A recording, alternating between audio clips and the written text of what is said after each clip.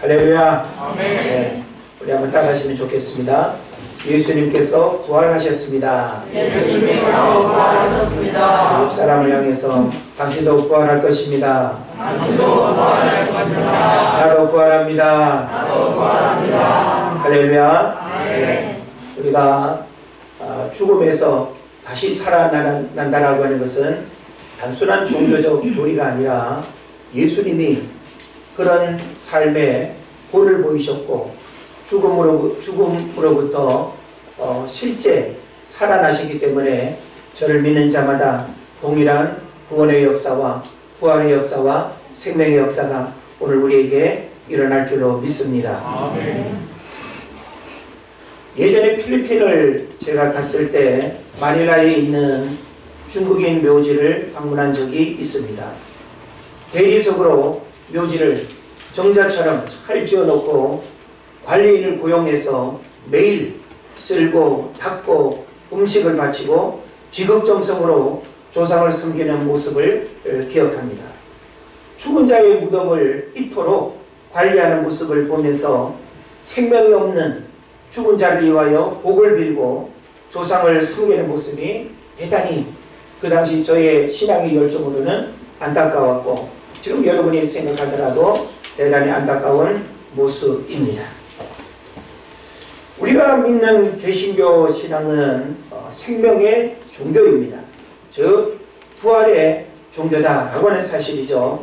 그래서 오늘은 개신교 신앙에 있어서 가장 중요한 절기인 부활주일이 되는 것입니다. 부활의 기쁨이 오늘 여러분 삶 가운데 10년 가운데 충만하시기를 주의 이름으로 축원을 드립니다. 아멘. 우리가 성경을 보면 구약에 유월절이라고 하는 하나의 절기가 있고 유월절 사건이 있죠. 그리고 오늘 우리가 또 지키는 이 부활절이 있습니다. 이 두 절기는 어원이 같습니다. 구약의 이집트에서 하나님께서 제정하신 유월절은 양의 피로 이스라엘 백성들이 살아난 날이고 부활절은 하나님의 어린 양 우리 주 예수 그리스도의 십자가의 죽음과 부활로 인류와 성도들이 구원받을 수 있는 생명의 길이 열린 것입니다. 아멘. 그런 면에서 구약의 유월절과 오늘 신약의 부활절의 이 두 사건은 동일한 어원을 가지고 있고 동일한 그 절기에 생명을 살리고 그리고 생명을 구원한다라고 하는 측면에서 굉장히 중요한 절기다라고 하는 사실을 여러분 깨달으시길 바랍니다. 부활절은 니케아 종교회의에서 지정한 날로 종교력에 의거하여 3월 22일부터 4월 25일 사이에 지켜지는 절기입니다.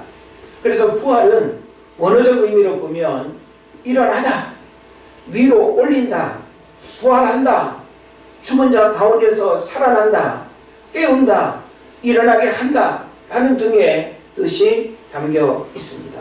그런 면에서 부활을 믿는다라고 하는 것은 누워있거나 잠자거나 죽어있는 굳어있는 상태가 아니라 역동적으로 움직이고 살아서 일어나는 것이고 생명의 부활로 역사하는 것, 이것이 부활절이 갖는 중요한 의미다라고 하는 사실을 깨달으시기를 바랍니다. 세상에서 제일 불쌍한 사람들이 누구일까요? 저요. 그러면 곤란합니다. 예. 우리는 세상에서 제일 불쌍한 사람들이 누구일까라고 할 때 엄마 아빠 없는 고아들 혹은 홀로 살아가는 또 사람 혹은 경제적으로 너무나 이렇게 어려워서 의식주가 매일매일 고민이 되는 그런 사람 혹은 심각한 질병 가운데 살아가는 사람 이런 류의 사람들을 우리는 불쌍하고 그리고 안타까운 또 사람으로 우리가 바라봅니다. 그런데 성경은 그런 사람들을 불쌍하다고 평가하지 않아요. 성경은 그런 사람들을 불쌍하다고 여기지 않고 고린도전서 15장 19절에서 보면 부활이 없다면 우리가 가장 불쌍한 사람이다 라고 하는 거예요. 부활이 없다고 한다면 교회 나와 앉아있는 여러분이 제일 불쌍하다. 할렐루야. 예. 그래서 여러분은 불쌍한 자가 결코 아니다라고 하는 사실을 깨달으시기를 바랍니다. 아멘. 그래서 이 말은 반대로 가장 행복한 사람이 누구냐? 바로 부활을 믿는, 이 한 시간 부활하신 주님을 예배하는 저와 여러분이 가장 행복하다라고 하는 사실을 알고 현실적으로 혼자라 할지라도 외롭다 할지라도 어떤 환경 가운데 있을지라도 그것 때문에 여러분 외롭다고, 그리고 나는 불행하다고, 그리고 나는 또 사회적인 약자라고 그렇게 생각하지 마시기를 바랍니다. 성경에서 우리가 예수님 이전에 죽었다가 살아난 여러 사람들을 우리가 만나게 됩니다. 하나하나의 이야기를 다 말할 수는 없겠습니다만은 열왕기상 17장에 보면 사르밧 땅에 그 과부의 아들이 엘리야를 통해서 살아나는 그런 역사들을 우리가 기억하죠. 그리고 열왕기하 4장에도 보면 수넴 여인의 아들이 또 죽었는데 살아난 역사가 일어납니다. 또 마가복음 5장을 보면 유대 관원인 야이로의 딸이 또 살아나는 기록이 있죠. 그리고 누가복음 7장을 보면 나인 성의 청년이, 과부의 또 아들이죠, 청년이 또 이렇게 살아납니다. 요한복음 11장을 보면 세 남매 중에 아주 한 사람인 나사로가 또 이렇게 죽었다가 아주 그냥 뭐 죽어도 보통 죽은 게 아니죠. 죽어서 이미 시체에서 냄새가 나고 죽은 지 나흘이나 되는데도 불구하고 예수님이 나사로를 살리는 이야기. 또 사도행전 9장에 보면 여제자 다비다의 또 이야기가 나옵니다. 그리고 마지막 사도행전 20장을 보게 되면 졸다가 떨어져 죽었던 누굴까요? 유두고 기억하십니까? 예, 유두고도 성경에 보면 죽었어요. 가보니까 죽었다라고 확인했는데 사도 바울이 살리는 그런 내용이 나오죠. 자, 그러나 이와 같이 성경은 많은 사람들이 죽었다가 특별한 기적을 경험해서 살아나는 예를 성경에서 기록하고 있습니다.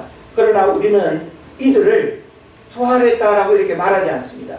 신학적으로 이들은 죽었다가 살아나는 소생의 경험은 했지만 다시 어떻게 됐을까요?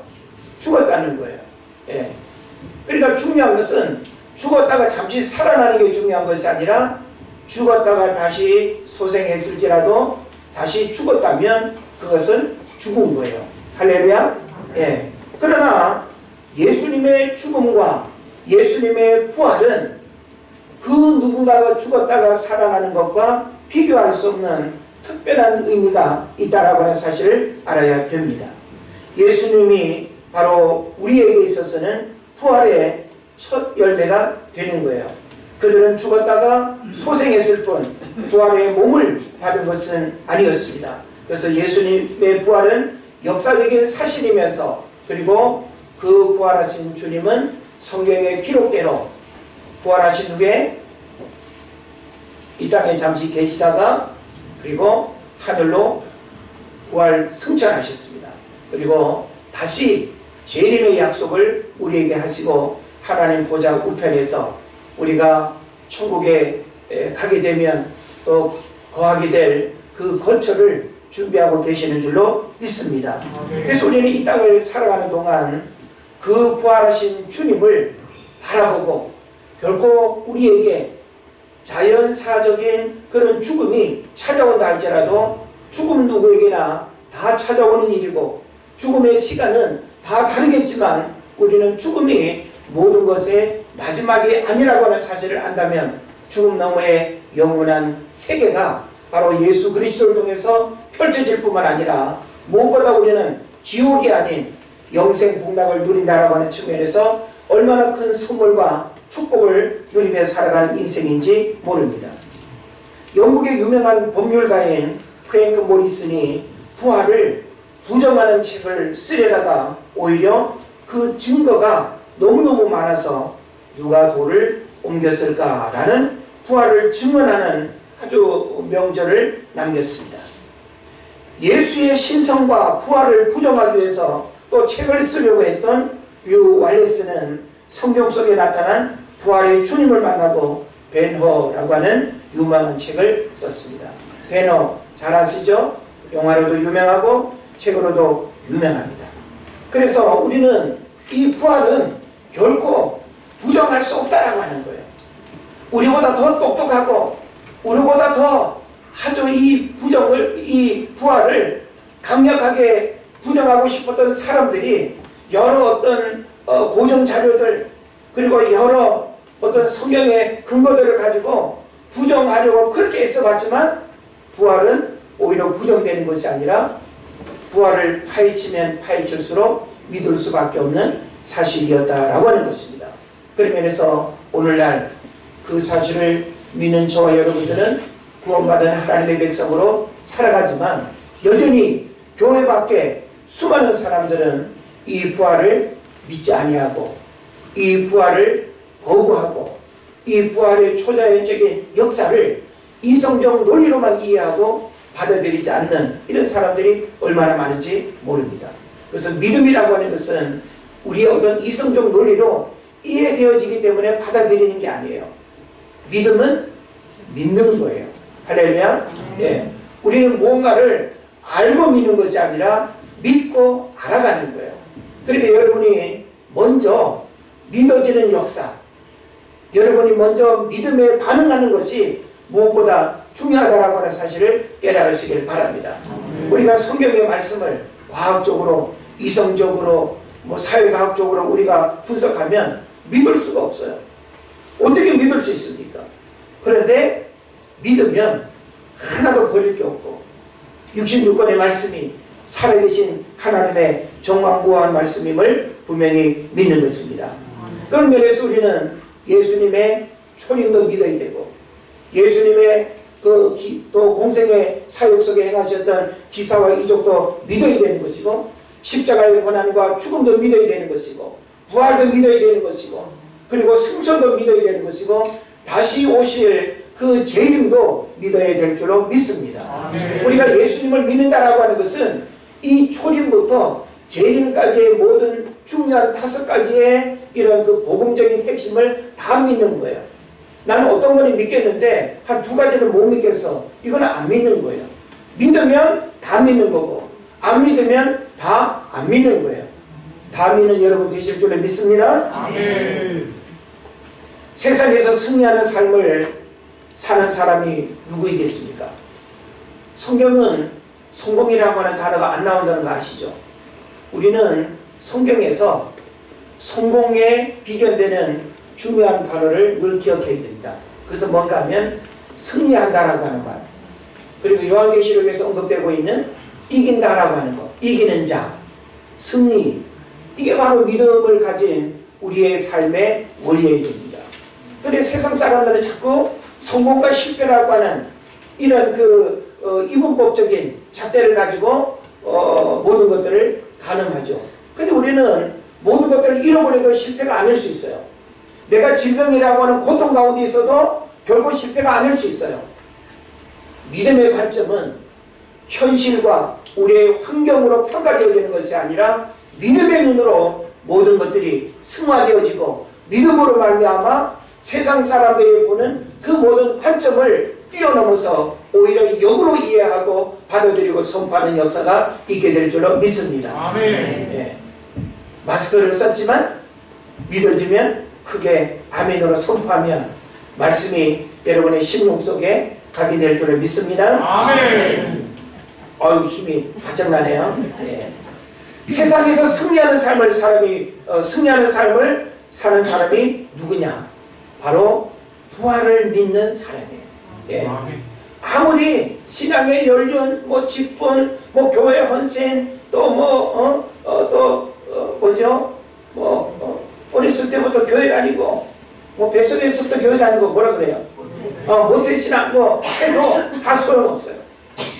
부활신앙을 잃어버리고, 부활신앙이 없으면 결코 우리가 세상에서 승리할 수 없다. 할렐루야. 네. 제가 2가지를 동시에 말하지 않더라도 승리와 이긴다라고 하는 이 의미를 여러분이 같이 깨달으시길 바랍니다. 그래서 우리는 죽음 앞에서도 담대할 수 있고 그래서 부활신앙을 가진 자는 어떤 일에도 낙심하거나 좌절하거나 포기하지 않습니다. 왜냐하면 죽어도 다시 살기 때문입니다. 그래서 죽어도 다시 사는 부활신앙으로 무장하셔야 여러분이 세상에서 우리를 위협하고 죽음으로 또 우리를 이끌고 여러 가지 현실에 또 수많은 문제들이 우리의 삶을 무기력하게 하지만 여러분이 부활신앙이라고 하는 이 신앙으로 우리가 무장하기만 하면 어떤 것도 두렵지 않습니다. 세상 사람들은 죽음을 가장 두려워하잖아요. 예? 죽음에 관계된 일은 사람들이 가까이 할까요? 피할까요? 피합니다. 멀리합니다. 예? 조금이라도 나에게 죽음의 위험이 뒤따른다고 한다면 먹지도 않아요. 여행도 안 가요. 비행기도 안 타요. 그러나 우리는 어떨까요? 예, 우리는 다 할 수 있습니다. 왜? 죽음을 두려워하지 않는 것은 죽음을 초월하는 믿음이 우리에게 있기 때문인데 그 믿음이 바로 부활신앙이다 라고 하는 겁니다. 할렐루야. 그래서 오늘은 다 마스크를 쓰고 오셨어요. 예, 이건 제가 이해하겠습니다. 그래서 우리는 이 부활신앙으로 사탄을 이기고 사망의 권세를 이기고 삶의 문제를 이기고 현실에 다가오는 수많은 인생의 문제들을 우리가 얼마든지 이길 수 있는 힘이 바로 이 부활신앙이다라고 하는 사실을 깨달으시기를 바랍니다. 지금 우리는 전 세계적으로 코로나 바이러스로 인한 심각한 일상의 어려움과 모든 국가 시스템이 마비되고 세계 경제가 곤두박질치고 여전히 죽음의 공포와 두려움 속에 빠져 있습니다. 그런 면에서 그 어느 때보다도 이 부활의 메시지가 절실한 때라고 생각합니다. 죽음을 두려워하고 실제 가까운 또 친인척들, 지인들이 죽어가는 이 갑작스런 어떤 소식을 듣게 될 때 얼마나 우리의 마음이 또 불안하고 죽음의 공포가 두렵겠습니까? 지금 사람의 능력으로 문제를 해결할 수 있는 방법은 전무합니다. 예방 차원에서 사회적 거리를 두거나 지역 간 이동을 제한하고 국경을 폐쇄하고 덜 활동하고 덜 만나고 덜 움직이는 게 상책인 환경 속에 살아가고 있습니다. 어제 제가 저녁에 현재 전 세계 코로나 확진자를 제가 자료를 보니까 170만 명. 지금 세계적으로 확산된 확진자가 170만 명. 그리고 사망자는 10만 2천 명을 넘어섰습니다. 엄청나죠? 예. 그리고 또 뭐 미국이 아마 지금 제일 크게 이렇게 확산되고 있는데 너무나 참 안타까운 뉴스를 우리가 접하게 됩니다. 한 나라에 500명 이상이 죽어나가고 묻을 곳이 없어서 외딴 섬에 가매장을 하는 상황을 보면 이 죽음이 결코 우리와 무관하지 않습니다. 왜냐하면 우리 주변에도 그 죽음의 그림자가 드리워져 있고 그리고 그 코로나 바이러스가 여전히 우리의 생명을 위협하고 있다는 하는 측면에서 누구도 예외일 수 없는 그런 시대 환경 속에서 우리가 불안함 가운데 있습니다. 그러나 오늘 우리는 이런 시대 환경을 직시하고 현실 속에 우리가 동일하게 살아가고 있지만 우리가 잃어버리지 말아야 할 것이 있다는 거예요. 그게 바로 뭔가 하면 부활의 신앙이고 부활의 생명입니다. 아멘. 예수님이 십자가에 못 박혀 죽으시는 사건은 제자들에게 엄청난 슬픔과 좌절과 절망, 공포, 두려움이었습니다. 사실 지난 3년간 예수님을 따라다니면서 그들이 보았던 여러 기사와 이적은 사람에게서 볼 수 없는 엄청난 위력이었습니다. 내가 이 예수님을 끝까지 따라다닌다면 뭔가 횡재하겠다. 한 자리 얻겠다.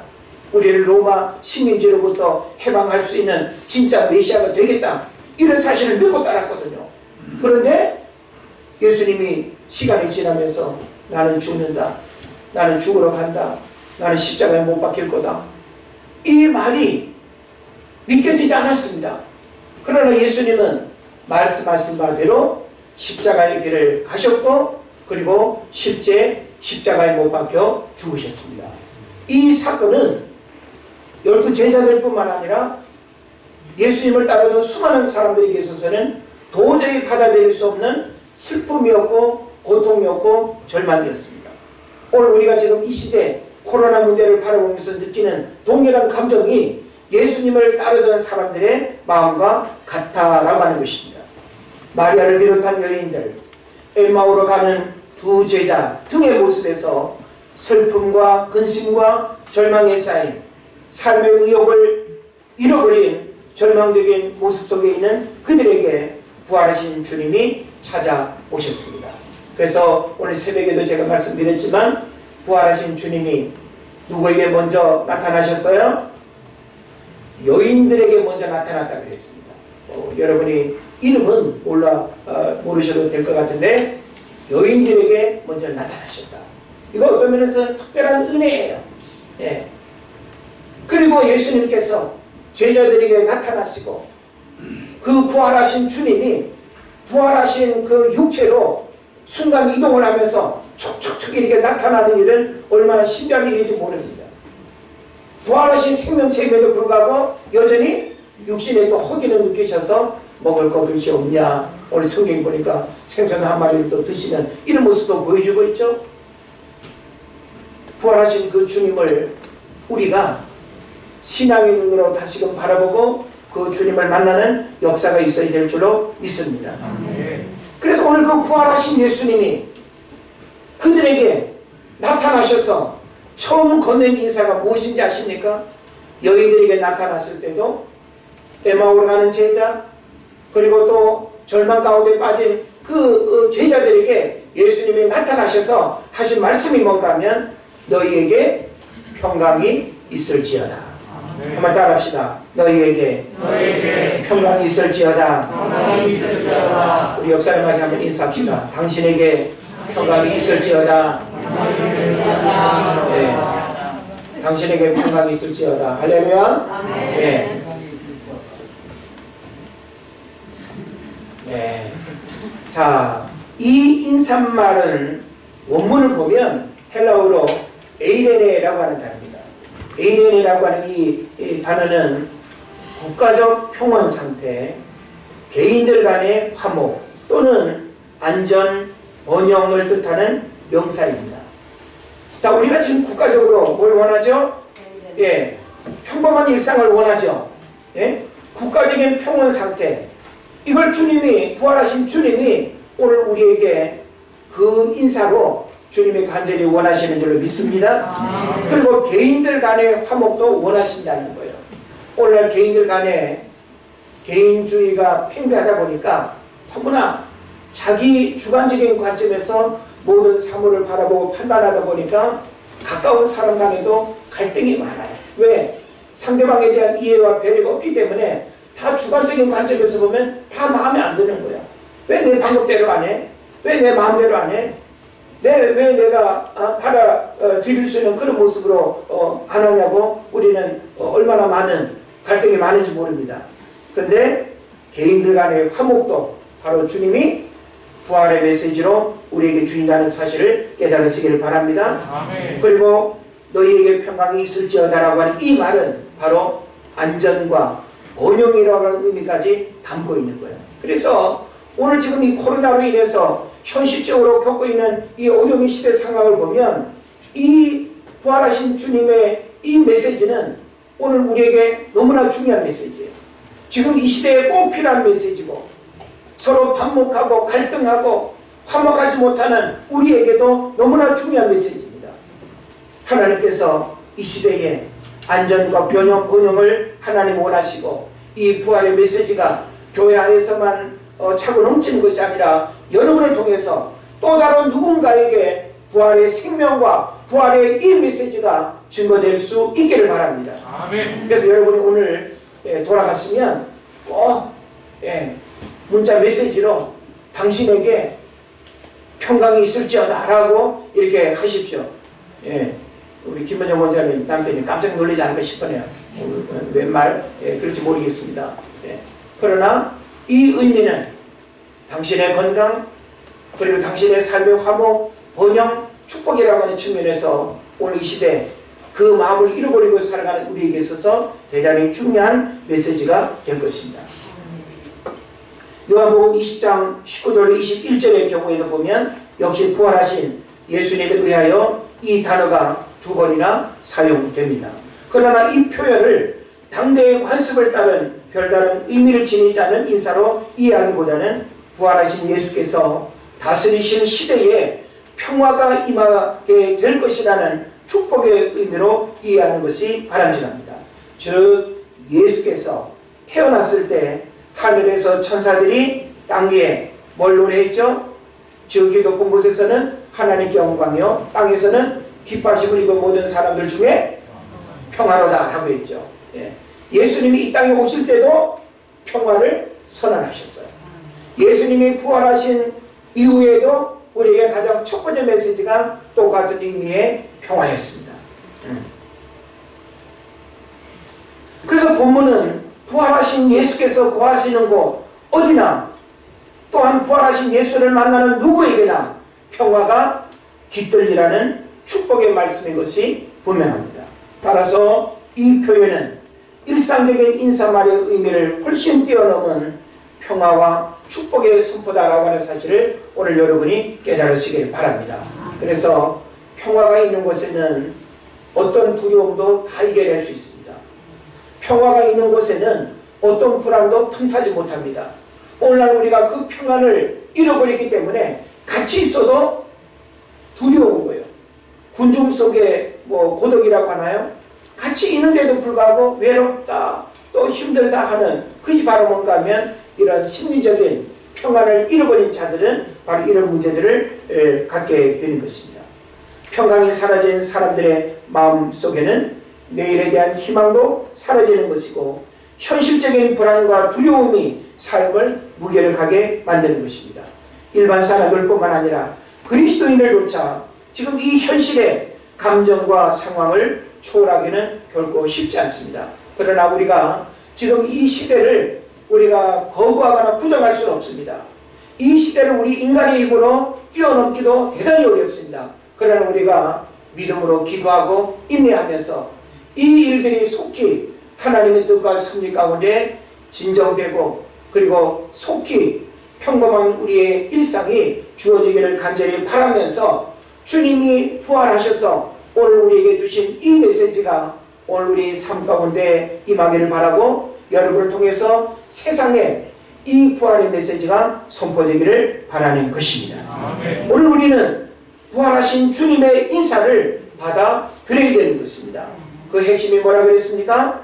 너희에게 평강이 있을지어다. 그래서 오늘 저는 여러분에게 결론적으로 그리스도의 평강이 여러분의 심령과 삶 속에 충만하기를 제가 축복하면서 왜 우리는 이 평강을 사모하고 경험해야 되는가라고 하는 거예요. 부활하신 주님이 너희에게 평강이 있을지어다 라고 했어요. 왜 우리는 이 평강을 소중하게 받아들여야 될까요? 왜 우리는 그 어떤 것보다 부활하신 주님이 오늘 우리에게 주신 이 평강의 메시지를 왜 우리가 붙들어야 될까요? 여기에는 몇 가지 중요한 이유가 있습니다. 그 이유를 여러분에게 말씀드리고 마치려고 합니다. 첫째로는 현실의 불안과 두려움을 떨쳐버릴 수 있기 때문에 이 평강이 필요한 거예요. 자, 현실의 불안과 두려움, 지금 제자들에게도 막달라 마리아와 다른 또 마리아 그 여인들에게도 동일한 감정이 있었어요. 바로 현실적인 불안과 두려움이 그들에게 있었어요. 근데 예수님께서 계속 그들을 만나면서 뭘 말씀하셨어요? 두려워하지 말아라, 무서워하지 말아라. 먼저 예수님은 그들에게 너희에게 평강이 있을지어다 라고 했는데 막 두려움과 기쁨이 함께 그냥 같이 있으면서 이걸 빨리 해결을 못하는 거예요. 그러나 그들은 두려움으로부터 벗어나서 부활하신 주님을 만나는 기쁨이 충만한 은혜를 경험한 줄을 믿습니다. 그러면서 우리는 우리 안에 이 부활의 메시지가 되는 그리스도의 평강이 우리 안에 충만하게 임하도록 여러분 사모해야 됩니다. 왜냐하면 우리가 예배를 마치고 일상으로 돌아가게 되면 현실의 것들을 자꾸 보게 되잖아요. 현실의 소리를 여러분 자꾸 듣지 않습니까? 뭐 미국 소식, 뭐 유럽 소식, 여기저기 참 우리가 이런저런 계획을 지금 세우고 싶어도 계획을 세울 수가 없어요. 왜?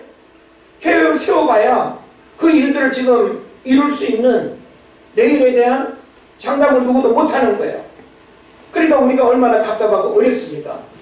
그러나 우리는 이런 현실의 불안과 두려움이 우리에게 있지만 주님이 우리에게 주신 이 그리스도의 평강이 우리 안에 충만하게 되면 오히려 유유자적할 수 있는, 그리고 너그러울 수 있는 여유로움을 가지고 우리가 일상을 바라볼 수 있는 그런 마음을 갖게 될 줄로 믿습니다. 그리고 또 하나 우리가 이 평강을 사모하고 이 평강을 경험해야 되는 또 하나의 이유가 뭔가 하면 죽음의 공포와 내일의 절망을 이겨낼 수 있기 때문입니다. 예. 우리는 여기저기에서 뉴스로만 접했는데 뭐 우리 가정 안에 혹은 내가 아는 사람 가운데 혹은 우리 교회 안에 누가 확진자로 이렇게 판정을 받았다라고 하면 우리는 그 어떤 불안과 두려움이 훨씬 더 클 수밖에 없어요. 지금 대구에서는 확진자가 0명으로 여러 날 이렇게 나오기도 했습니다. 지금 전국 단위로 뭐 20-30명 밖에 지금 안 돼요. 그러니까 지금 5천만 인구 속에 20-30명이라고 하는 숫자는 우리 뭐 한겨울 감기 걸려가지고 죽거나 고통받는 걸 생각하면 아무것도 아닌 숫자일 수 있어요. 그러나 우리는 또 그 결과와 그것이 계속 또 전염된다는 하는 측면에서 조심해야 되는 부분은 분명히 있긴 합니다. 그러나 이 현실의 죽음의 공포와 내일의 절망을 이겨낼 수 있는 그 비결이 뭐냐? 바로 그리스도의 평강이 우리에게 충만하게 임하게만 하면 어떤 공포와 두려움도 떨쳐버릴 수가 있고, 그리고 내일의 절망도 희망으로 바뀌는 그런 역사가 일어날 줄로 믿습니다. 그리고 마지막으로 왜 우리는 이 평강을 사모하고 경험해야 되는가? 평강의 주님을 삶 속에 모셔 승리의 삶을 살 수 있기 때문입니다. 할렐루야. 예, 제가 아까도 말씀드린 바와 같이 우리 신앙의 삶이라고 하는 것은 예수 그리스도 까닭에 승리하는 삶, 이기는 자의 삶을 살아가야 되는 거예요. 이것은 그냥 주어지는 것이 아니라 부활신앙을 믿는 그 믿음이 우리에게 있어야 되는데, 부활신앙을 믿는 자의 삶에는 뭐가 그 중심에 있을까요? 그리스도의 평강이 있는 것입니다. 할렐루야. 이 평강은 세상이 줄 수도 없고 세상이 알 수도 없는 하나님이 주시는 평강인 줄로 믿습니다. 그래서 오늘날 이 평강을 얻지 못하고 이 평강을 잃어버려서 현실의 문제 때문에 두려워 떠는 수많은 사람들에게 우리는 이 그리스도의 평강을 예쁘게 포장해서 그들이 이 그리스도의 평강을 마음속에 담을 수 있도록 우리가 전해야 될 줄로 믿습니다. 바라기는 오늘 부활주의를 이렇게 맞이하면서 저와 여러분의 심령 속에 부활하신 주님이 너희들에게, 제자들에게 건넸던 그 첫인상, 너희에게 평강이 있을지어다 라고 하는 이 메시지가 오늘 우리에게도 기쁨으로 또 받아들여져서 이 그리스도의 평강이 여러분의 삶을 주장하고 우리의 인생을 이끌어가는 축복의 키워드가 되기를 주의 이름으로 축원을 드립니다. 기도하겠습니다.